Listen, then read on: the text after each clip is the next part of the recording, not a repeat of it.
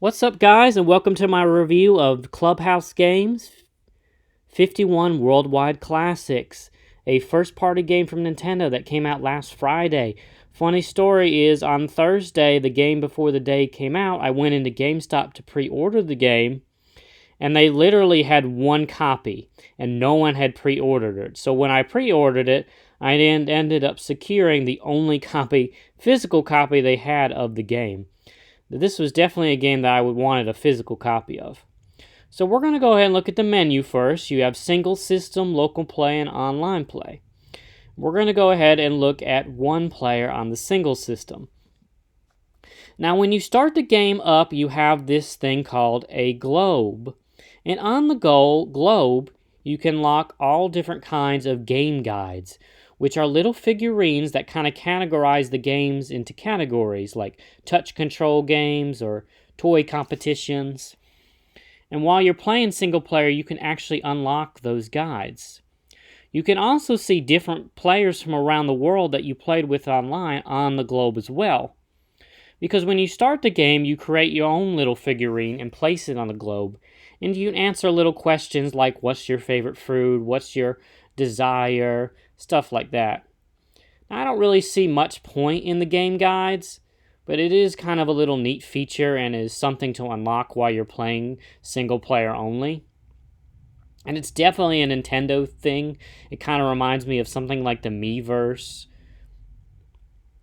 So we're going to go ahead and pick Shikiboo here as our game guide. We're going to invite her as a guide. But it doesn't really matter what guide you invite because you have access to all 51 games here. 52 if you include the piano.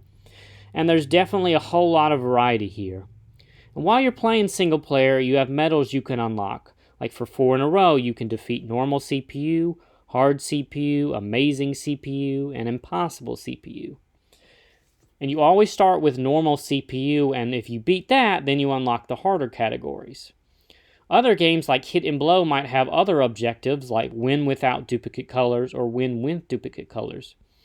And this is just a neat little thing. It will say you've mastered the game if you unlocked all the medals. You can also unlock trivia for each game as you play it, which is also a little neat. You can also unlock Mario-themed playing cards and Hanafuda cards for the games.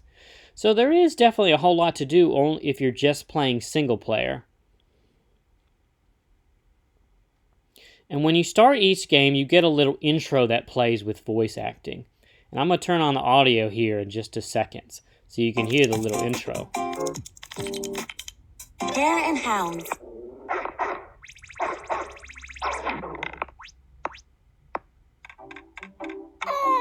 Look at the animals! It's not as cute as it looks. The hare is trying to escape the hunting.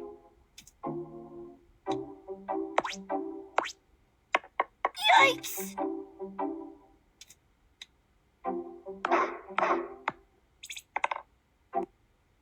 So yeah, every time you start the game, you get that little intro with the voice acting. And yes, the voice acting isn't the greatest, but it is a cute little feature that Nintendo put in there and shows that they put a lot of care into this game. And I don't know if I should say Nintendo because ND Cube is the one that developed this game, and they were actually the ones that developed Mario Party. Another cool thing about the games is you can set the rules. So like for a card game President, you can set the card design to have classic or Mario cards. You can select downfall rule, restrictions, 3-spade reversal. There's a lot of different rules you can set for this game, and that applies for the other games as well with multiple rule sets. So there's definitely ways you can customize these games as you play. So what's left now is to go ahead and show you some of these games, and there's so many I can show you, and they're all so well crafted, and just you can tell there's a lot of love put into this game and a lot of effort. So the first game I'm going to show you here is 4 in a row, which is Connect 4. The actual Connect 4 game, if you buy it physically as the board game, is $8, so you can get it for free here as one of the 51 games. And it almost looks photorealistic. It's a neat little feature.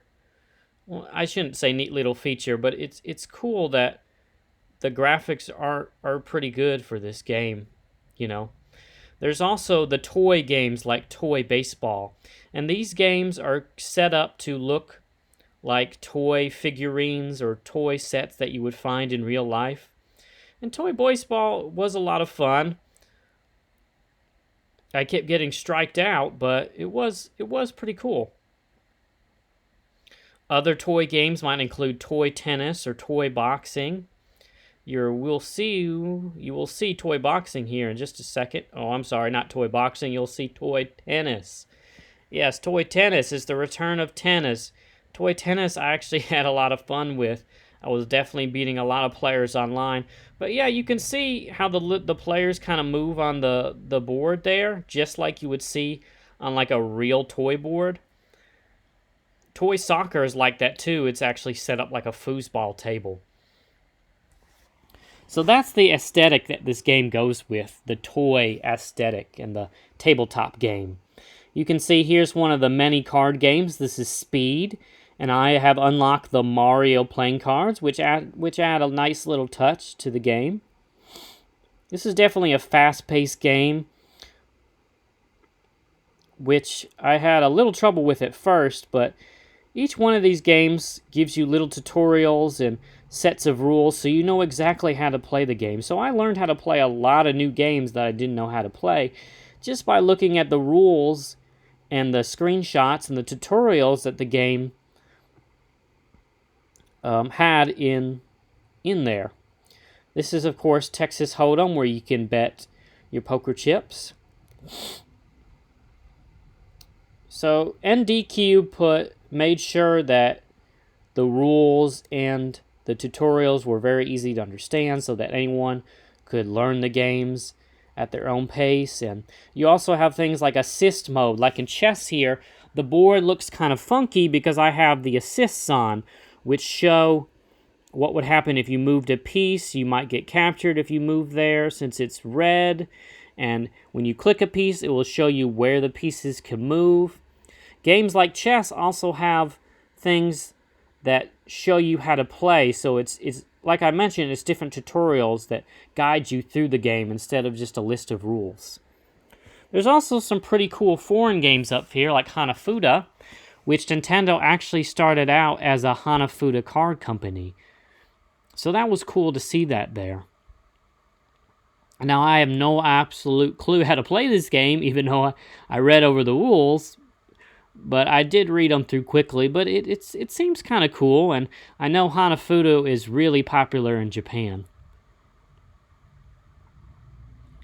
There's also other foreign games like shogi, which is the Japanese version of chess. Or it may be the Chinese version of chess. I don't want to get that wrong there, but this is actually mini shogi. There's regular shogi and mini shogi. And mini shogi actually had a lot of fun with it. It's just like chess, but you can capture your opponent's pieces and use them on the board. And I actually won my one against the computer right here. There's also games you can play solo, like Mahjong, which actually has a lot of different Mahjong boards to play. So that will definitely keep you busy for a while if you're into games like that. Or they also have Solitaire or Spider Solitaire. So like I mentioned, there's definitely a whole variety of games for everybody in this complete package. So there's also the sports games and the motion control games where you can use motion controls. Now, when I was recording this, I was playing handheld, so I was not doing a very good job, as you can see, because games like darts were definitely made to be played with motion controls in mind. But I did try out the motion controls later when I wasn't recording, and the motion controls actually work really well. There's haptic feedback in the Joy-Cons. Then, of course, there's also bowling, the return of Wii Bowling. Is it as good as Wii Bowling? It's about close. Wii Bowling is definitely better, but the motion controls in this bowling are pretty good. You can definitely feel the feedback when you're rolling the ball due to the Joy-Con sensors. I'm sure many people will get this game just for Wii Bowling. There's also another touch control and motion control game, air hockey, which I had a lot of fun with. It's much better than the air hockey game that I think was in Wii Play, I believe. It reminds me of the arcades I used to go to that had the air hockey machines.